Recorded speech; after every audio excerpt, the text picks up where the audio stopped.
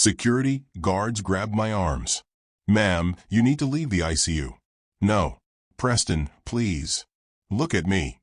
Through the ICU window, I watched his billionaire mother lean over his bed, stroking his hair, whispering poison I couldn't hear. "Preston, please remember, I'm your wife. You chose me." He looked at me with nothing. No recognition. No love. Just confusion.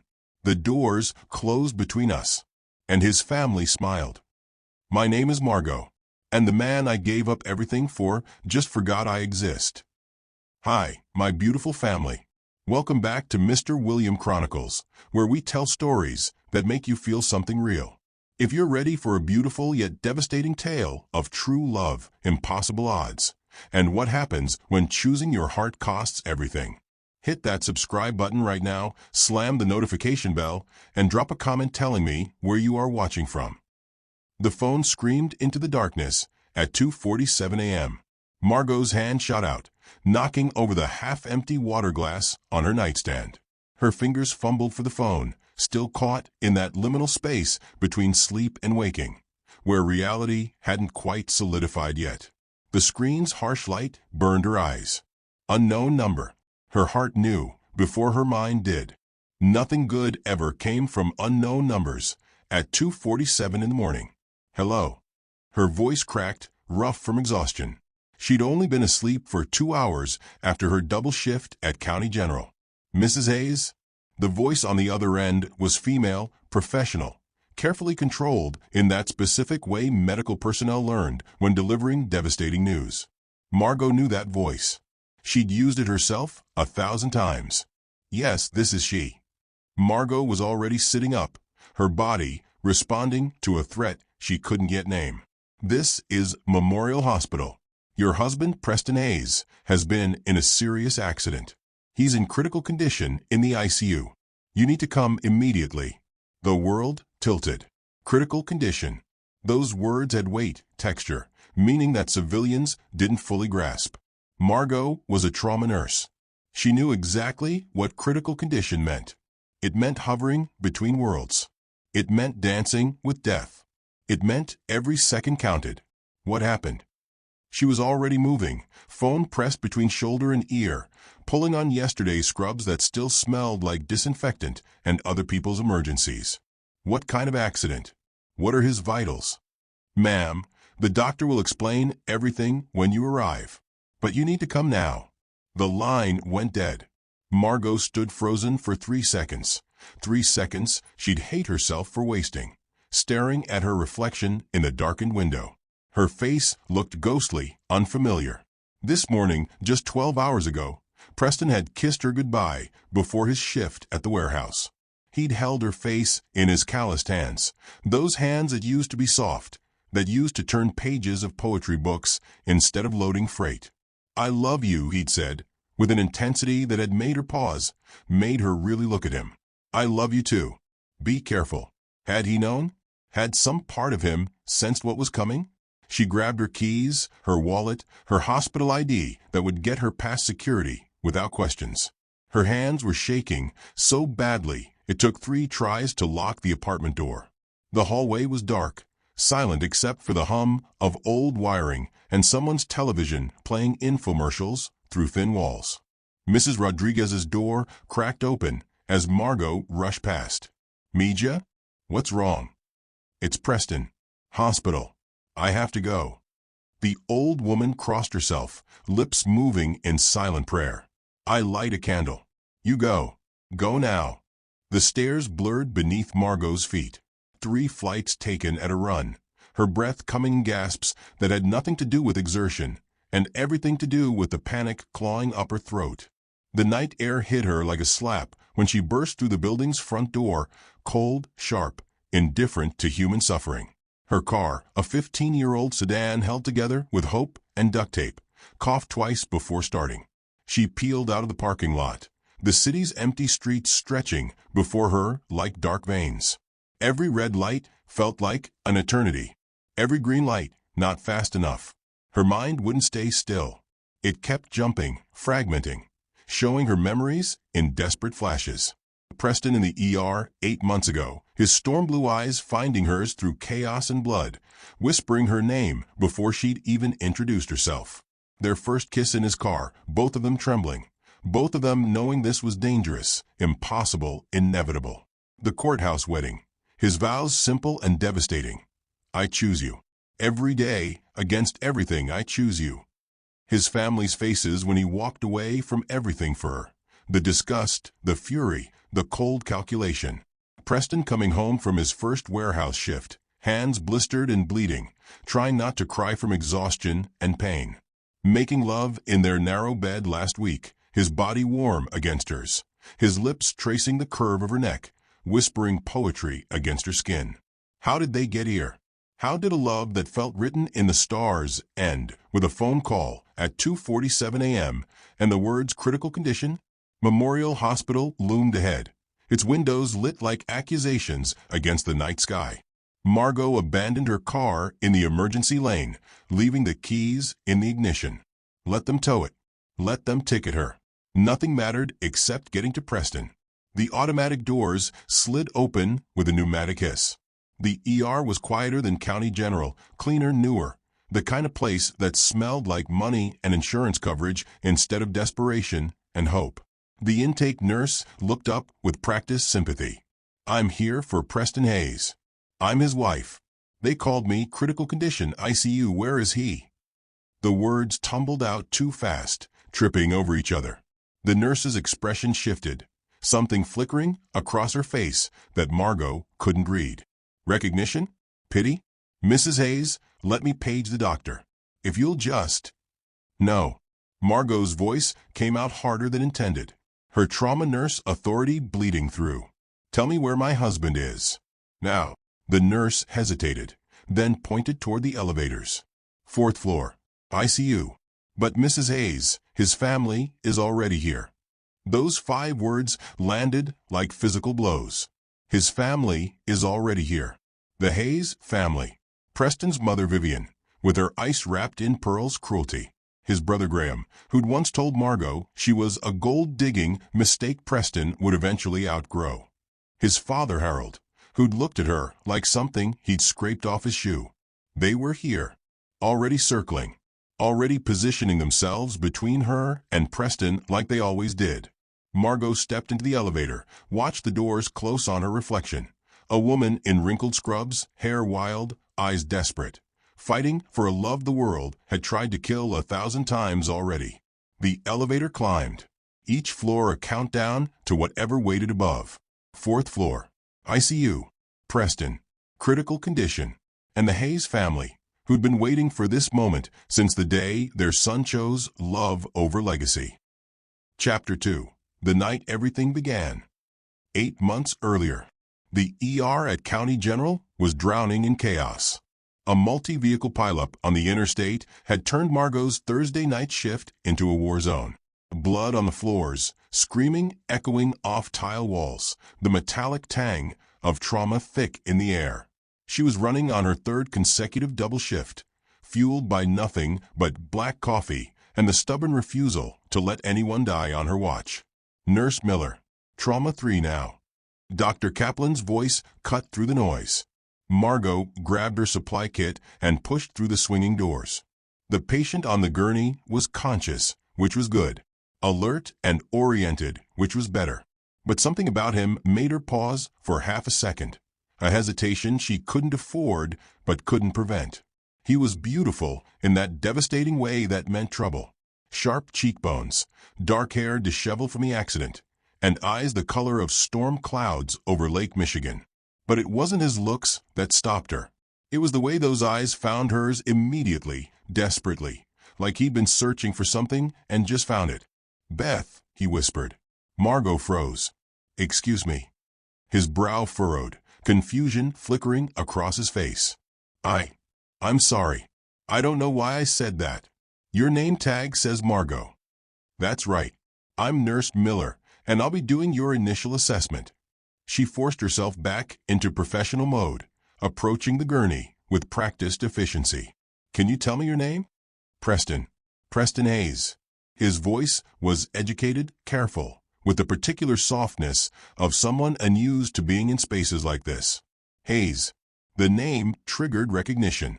She'd seen it on buildings downtown, on donation plaques in the hospital lobby. In the society pages, her coworker Patricia loved to read during breaks. Old money. Real money. The kind that built empires and crushed people like her, without even noticing. Can you tell me what happened, Mr. Hayes? I was stopped at a red light. Someone rear-ended me. Not hard, just a jolt, but the paramedics insisted. He was watching her face with an intensity that made her uncomfortable.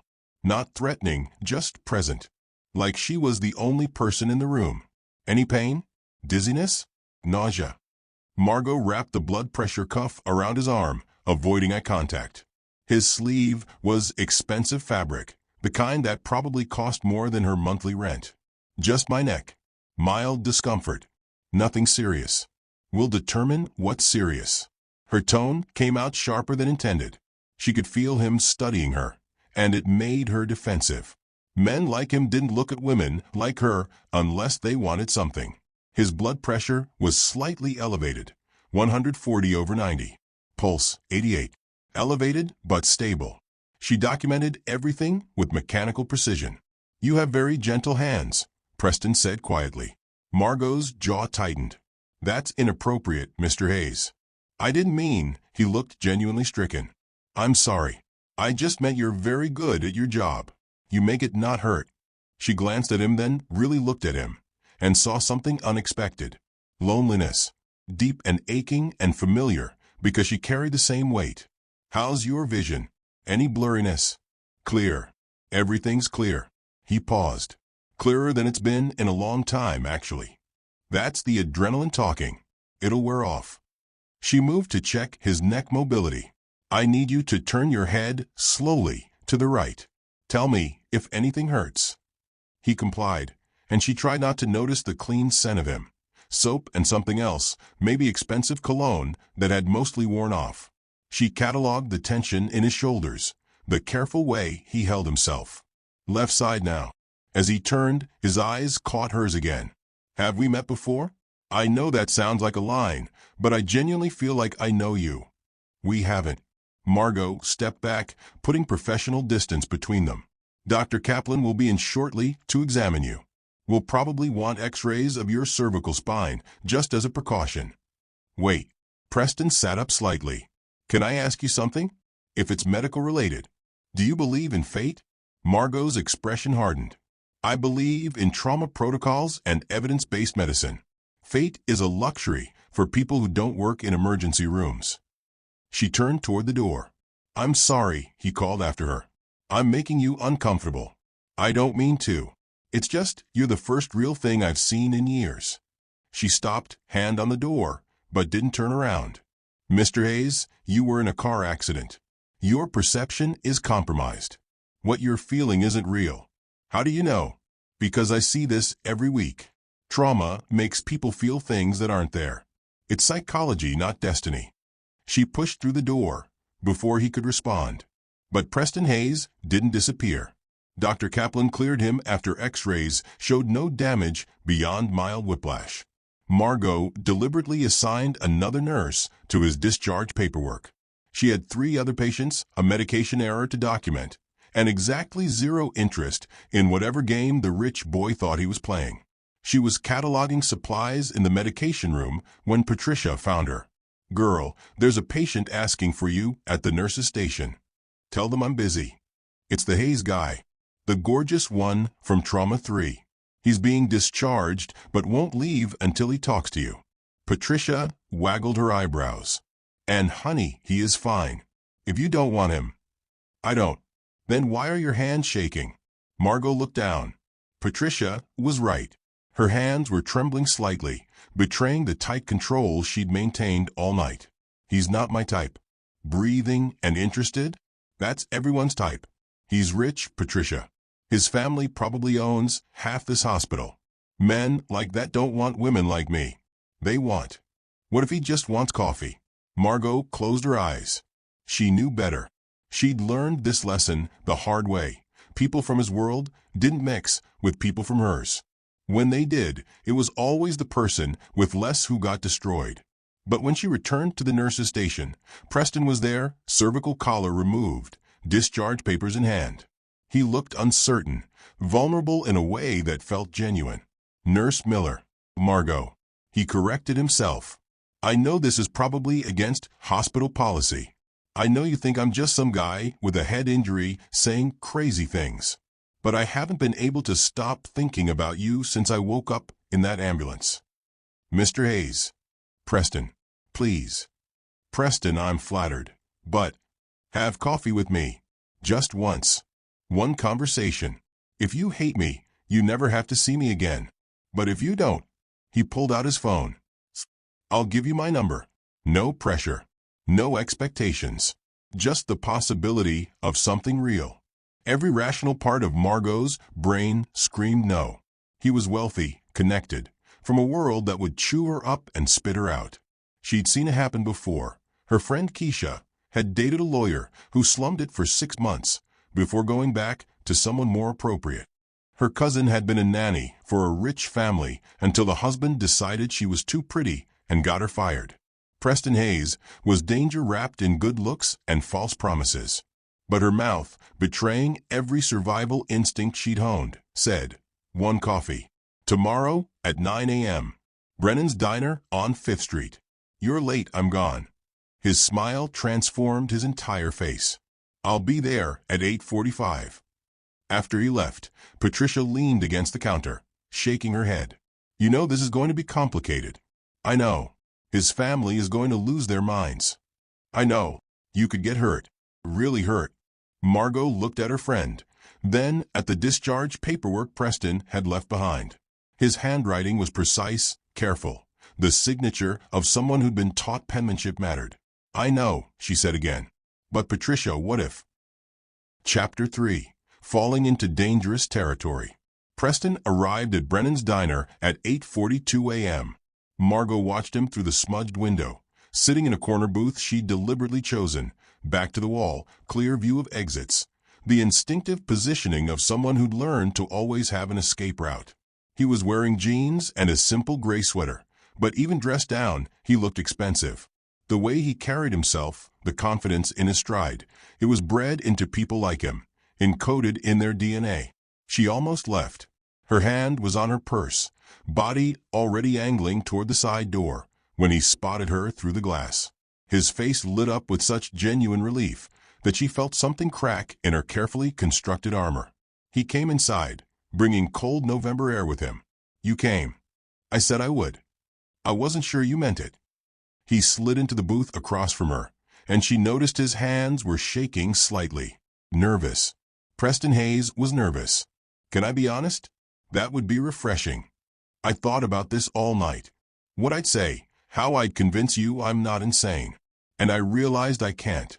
Because maybe I am a little insane.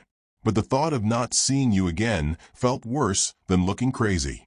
The waitress appeared, Doris, who'd been working this shift for 20 years and had seen everything. "Coffee. Please," they said simultaneously, then smiled at each other awkwardly. After Doris left, silence stretched between them. Margot studied Preston, really looked at him in proper lighting. He had shadows under his eyes that suggested he'd slept as poorly as she had. A small scar above his left eyebrow. Hands that were surprisingly strong for someone who probably'd never done manual labor. "Tell me about yourself," Preston said. "The real stuff, not the resume version." "Why?" "Because I want to know you." "Is that so strange?" Margot wrapped her hands around her coffee mug. "Yes. In my experience, men like you don't want to know women like me. They want something else entirely." Preston flinched. "Men like me? Rich. Connected. From a world where people like me are invisible unless we're serving them." "That's fair." He didn't get defensive, which surprised her. "You're right to be suspicious. But I'm not those men. Or at least, I'm trying not to be." "What does that mean?" He took a breath. "My family owns Hayes Industries. Commercial real estate, mostly. Buildings, developments, the kind of empire that measures success in demolished neighborhoods and profit margins. I grew up in a mansion where every conversation was a negotiation and every relationship was transactional. Sounds terrible, Margot said, not bothering to hide her sarcasm. Must be so hard being rich. It is, Preston said quietly, and something in his voice made her pause. When you're taught from birth that your worth is tied to your last name and your bank account.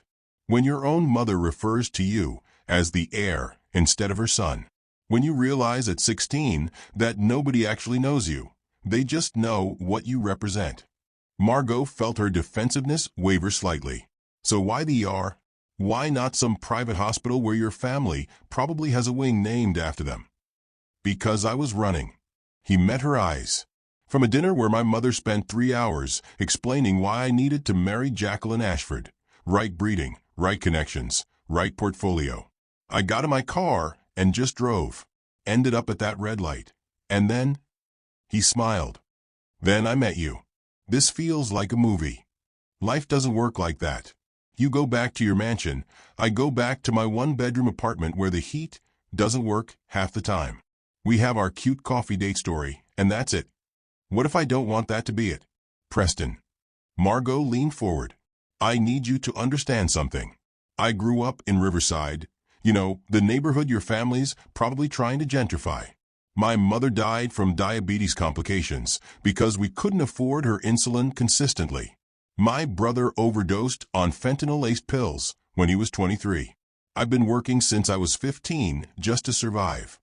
She watched his face, waiting for the pity, the discomfort, the subtle retreat. Instead, he said, "Tell me about your brother." The question caught her off guard. What? Your brother? What was his name? What was he like? Tears pricked her eyes, unexpected and unwelcome. Nobody ever asked about Terrence. People heard overdose and made assumptions, wrote him off as another statistic. Terrence. He was brilliant, funny. He could fix anything, cars, electronics. He just understood how things worked. He got hurt working construction. Doctor cut off his pain meds without tapering. And he made one mistake. One. Her voice cracked. That's all it took. Preston reached across the table, his hand hovering near hers, but not touching. Asking permission. Margot pulled her hand back. Don't. I'm sorry. You don't get to feel sorry for me. You don't get to swoop in and fix things. This isn't some charitable project where you rescue the poor nurse and feel good about yourself. That's not what this is. Then what is it? Margot demanded. Because from where I'm sitting, this is a fantasy. You're bored with your world. I'm different and interesting. And in 6 months when reality hits, you'll go back to Jacqueline Ashford and her right breeding. Preston's jaw tightened. You think you have me all figured out. I've seen your type before. My type. Now he was getting angry, a flash of heat that made him more real. You don't know anything about me except my last name and your assumptions. Then prove me wrong. How? Margot stood up, grabbing her purse. You can't. Because you and we're from different universes. And every romance between people from different universes ends the same way. The person with less power gets destroyed. She was halfway to the door when Preston called out, I read poetry. Margot stopped. Emily Dickinson, Pablo Neruda, Mary Oliver, Adrian Rich. I have a degree in comparative literature that I've never used because my father said it was impractical. I spend my evenings in my apartment reading and writing things I'll never show anyone because my family thinks literature is what you quote at charity galas to seem cultured. He stood up, moved closer, but kept his distance. You're right that we're from different worlds. You're right that this is probably a terrible idea. You're right that I don't understand your struggle. But you're wrong about one thing. What's that? You think I'm looking for a project or a fantasy. I'm not. I'm looking for someone real. Someone who isn't impressed by my last name or my family's money. Someone who'll call me out when I'm being an idiot. He smiled sadly. Someone like you. Margot felt her carefully constructed walls trembling. This won't work. Probably not. Your family will destroy us. Almost certainly. I'll hurt you. Or you'll hurt me. Or we'll hurt each other. Most likely. She looked at him, really looked at him, and saw something she recognized. Someone as lonely as she was. Someone as tired of pretending. One more coffee, she heard herself say. Next week. Same place. But Preston, if you're playing games, if this is some rich boy rebellion phase, tell me now. Because I don't have the luxury of broken hearts. I have to survive. I'm not playing, Preston said softly. I promise you, Margot. Whatever this is, I'm not playing. She nodded once and left Brennan's diner with her heart pounding and her mind screaming that she was making a mistake. But for the first time in years, the mistake felt like possibility. Chapter 4. When Worlds Collide. 3 months of stolen moments had turned into something neither of them could deny anymore. Margot and Preston existed in the margins of normal life, her night shifts, his mysterious absences from family obligations. They met at diners at 3 a.m., in parks during her rare afternoons off, in the quiet corners of the city where their worlds didn't have to collide. But worlds always collided eventually. Preston had been different lately. Quieter, more distant, like he was carrying a weight he couldn't share. Margot noticed the way he checked his phone compulsively, the tension in his shoulders that hadn't been there before. They know, he said finally, one night in her apartment. They were tangled together on her second-hand couch, her head on his chest, listening to his heartbeat. My family knows about you. Margot sat up. How?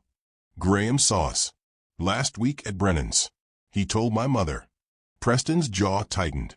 They want to meet you. No. Margot. No, Preston. I know how this goes. They'll take one look at me and decide I'm not good enough. They'll offer me money to disappear or threaten me, or I won't let them.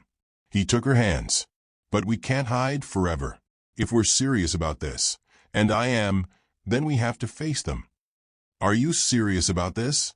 Margot searched his face. Because once we do this, once I walk into that world, there's no going back. Your family will make me the enemy. They'll make you choose. I've already chosen. Preston pulled her close. The question is, have you? Margot thought about the last 3 months. The way Preston had learned to navigate her neighborhood without flinching.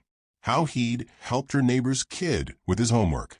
The night he'd held her while she cried about the anniversary of Terrence's death, not trying to fix anything, just being present.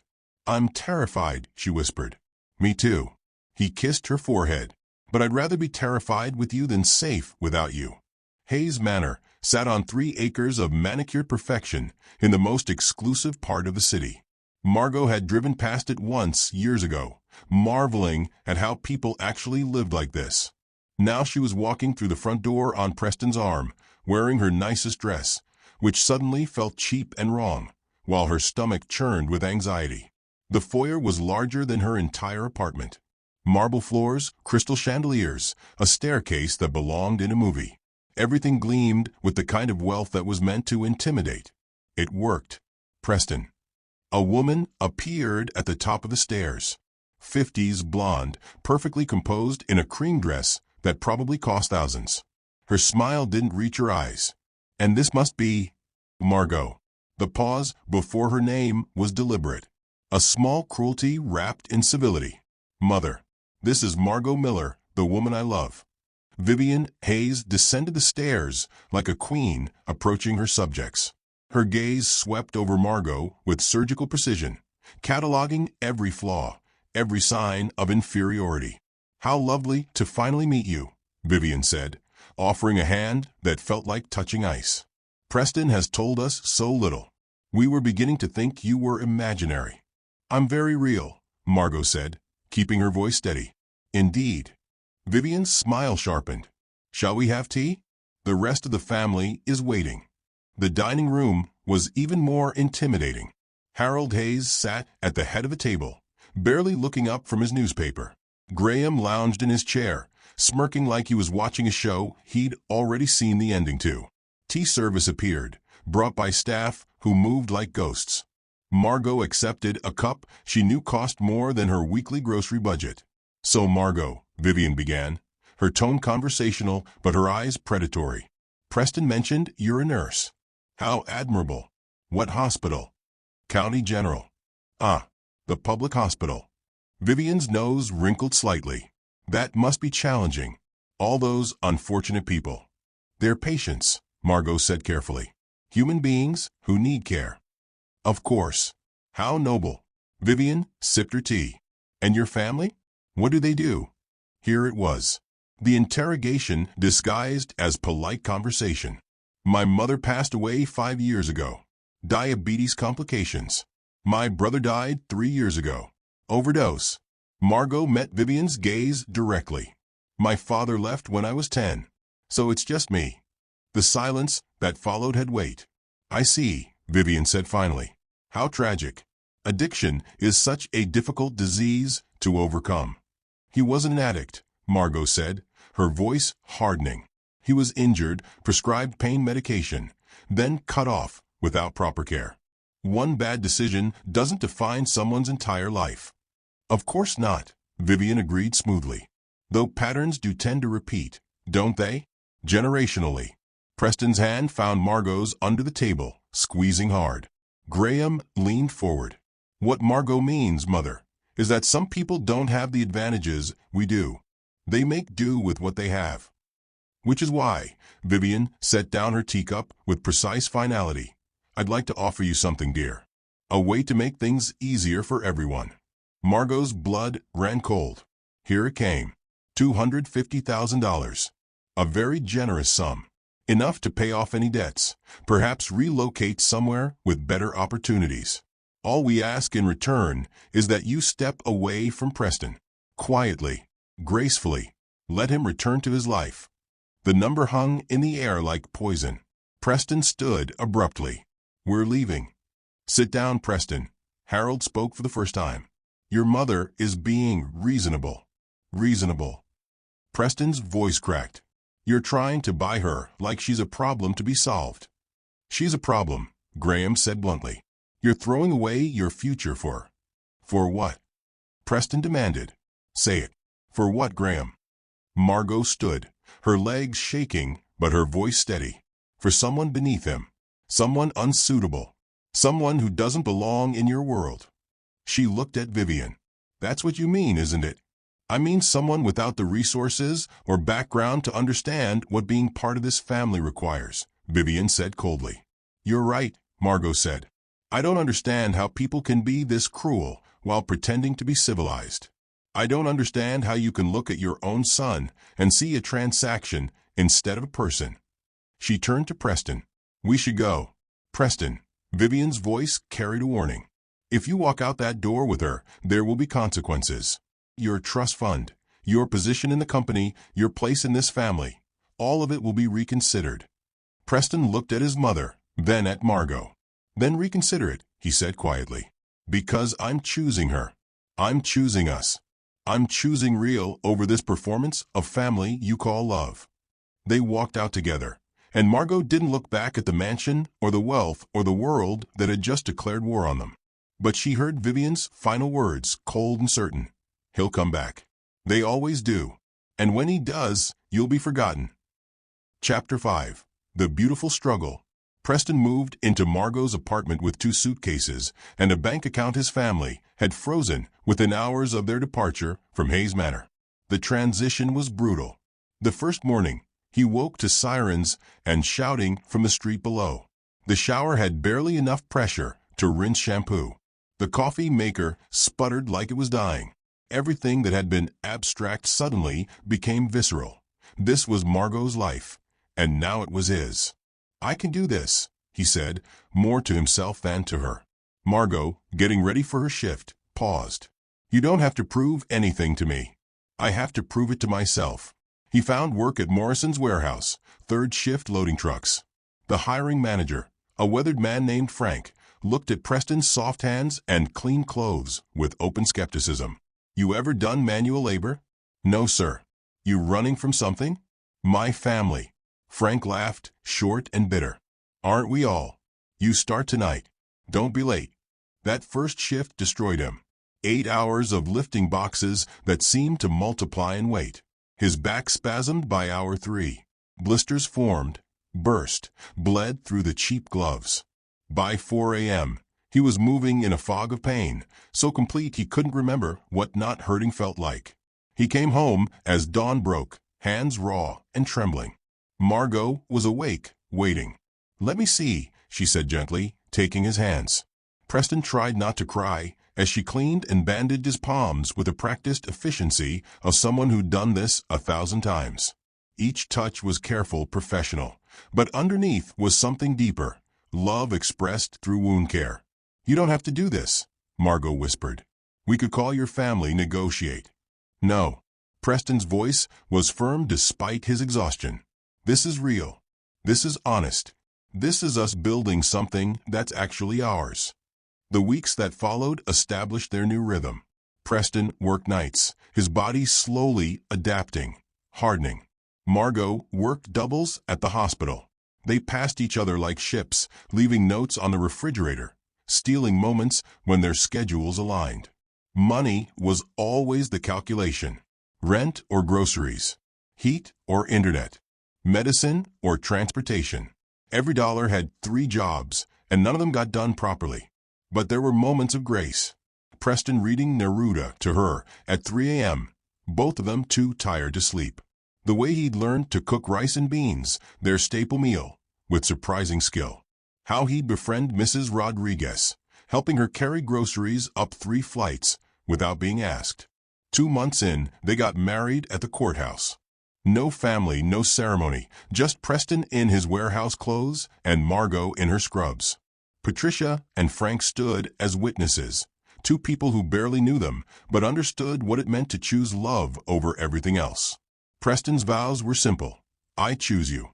Every day, against everything, I choose you." Margot cried not from joy alone, but from the terrifying weight of being chosen so completely. Their wedding night was spent in their cramped apartment, making love with a desperation that came from knowing how fragile this all was. Preston's calloused hands, honest hands now, traced her body with reverence. Margot held him like he was the only solid thing in a world trying to pull them apart.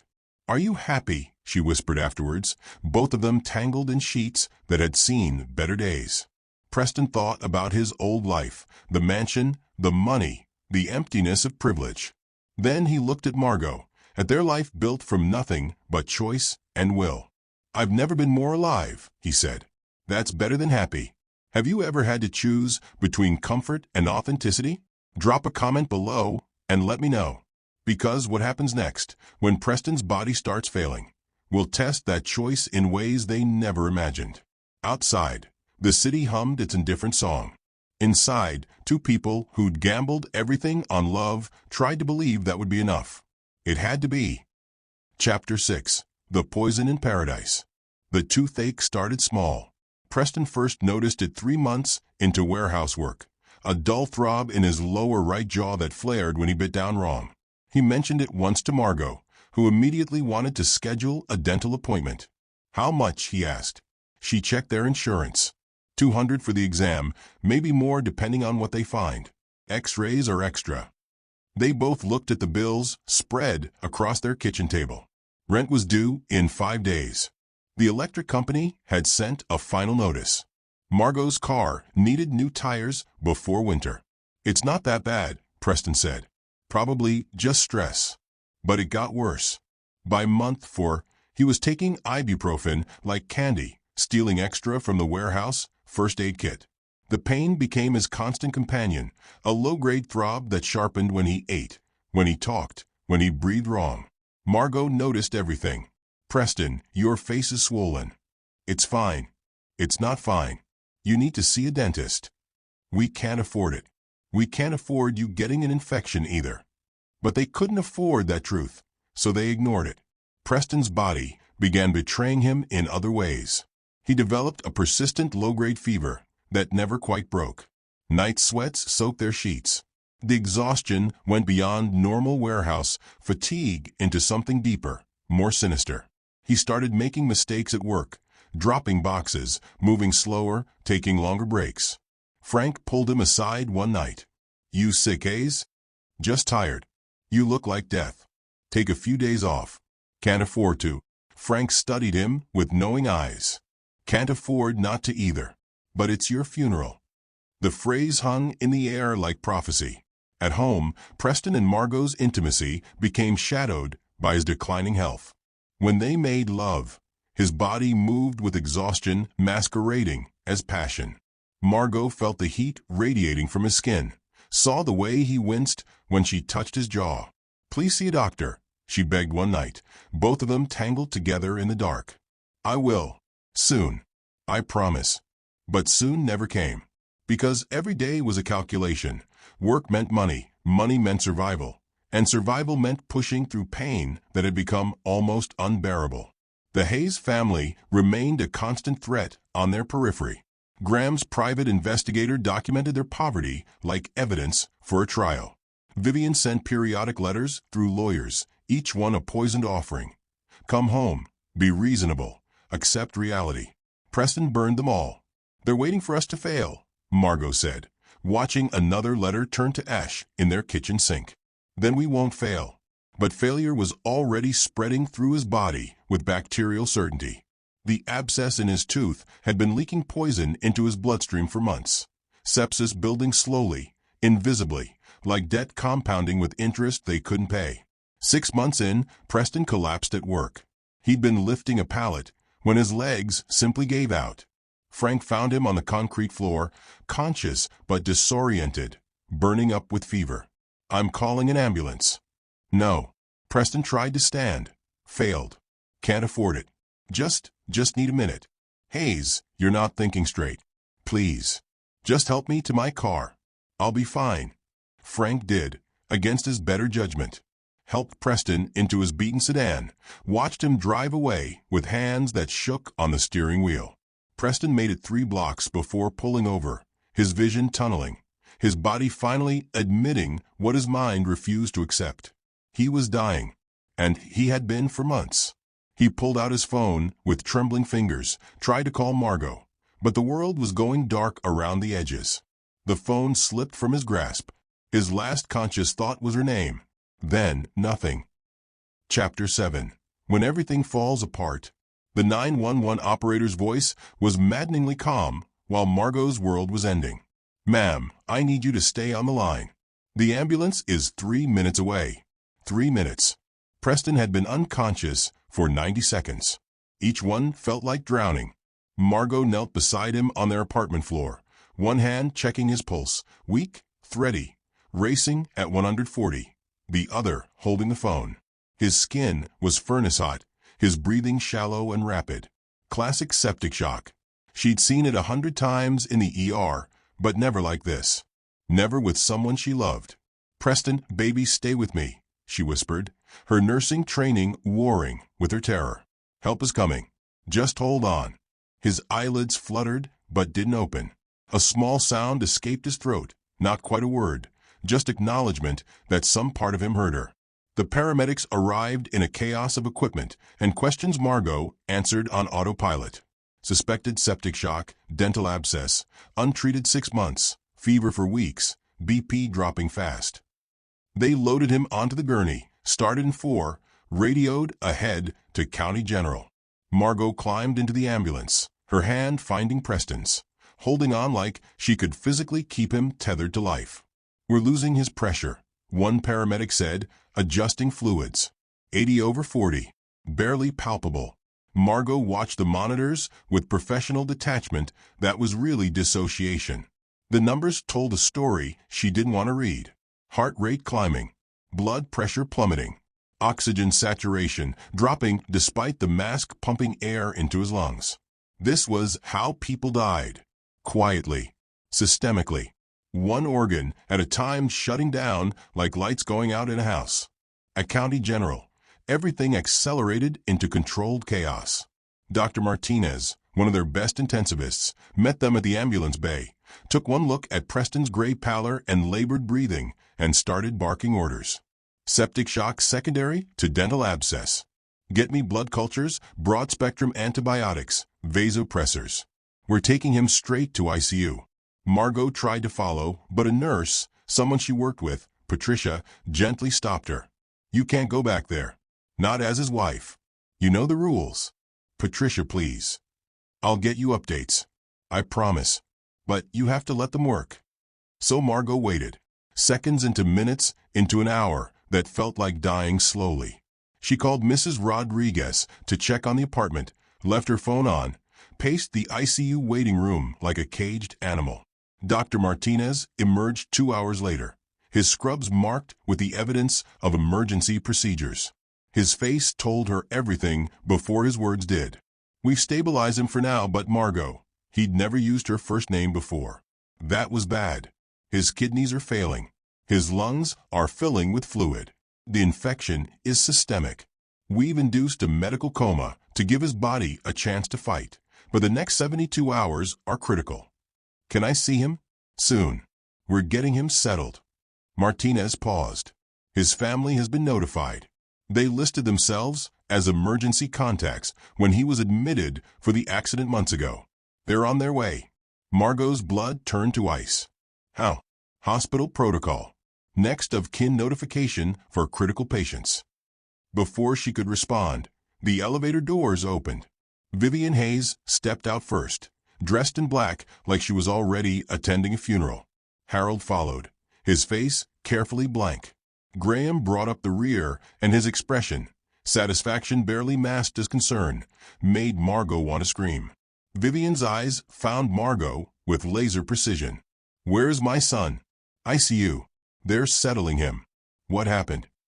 Harold's voice carried accusation disguised as concern. An infection from an untreated dental problem. Margot's voice was flat, defensive. She knew how this looked. She knew what they were thinking. An untreated, Vivian's laugh was sharp, brittle. You let my son die from a toothache because you couldn't afford a dentist? That's not. We offered you money, Graham interrupted. $250,000 to walk away. If you'd taken it, Preston would have had access to proper medical care. But you chose pride over his well-being. The words landed like physical blows. Because they were right. If Preston had stayed in his world, this never would have happened. He'd have gotten the tooth treated immediately. The best doctors, the best care, no calculations about rent versus health. He'd be healthy and alive, just without her. Dr. Martinez reappeared. You can see him now. 2 visitors at a time. Vivian stepped forward immediately. Harold and I will go first. I'm his wife, Margot said, her voice breaking. And we're his parents.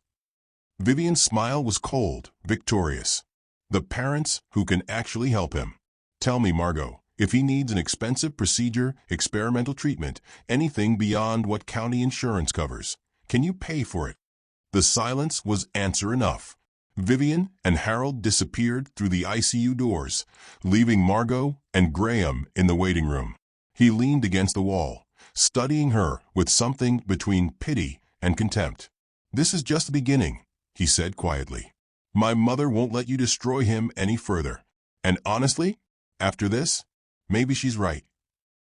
Chapter 8. The Awakening. 3 weeks. 21 days. 504 hours. Margot counted every single one.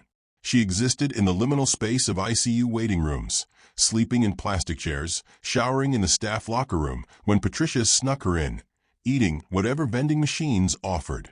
Her life had narrowed to the rhythm of visiting hours and the sound of ventilators breathing for people who couldn't breathe for themselves. Preston lay in induced coma while machines did the work his body had forgotten. Dialysis for his failing kidneys. Ventilator for his drowning lungs. For antibiotics flooding his system, trying to kill the infection before it killed him. The Hayes family circled like sharks, scenting blood. Vivian arrived every morning at precisely 9 a.m., dressed in designer clothes that looked wrong in the fluorescent ICU lighting.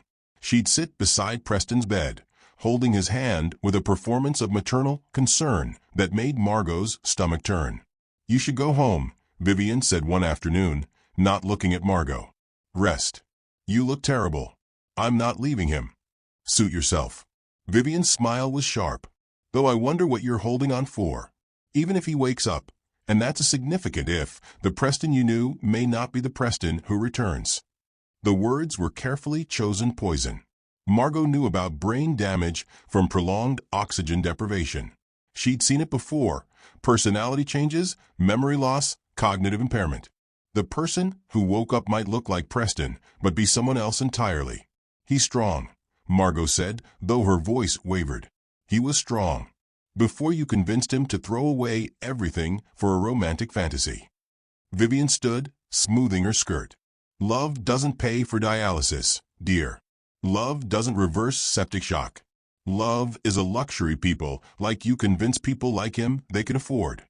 Graham appeared regularly too, always with lawyers in tow, always making a show of conferring with doctors, establishing Hayes family authority. He never spoke to Margot directly, just looked through her like she was already gone. But Margot stayed.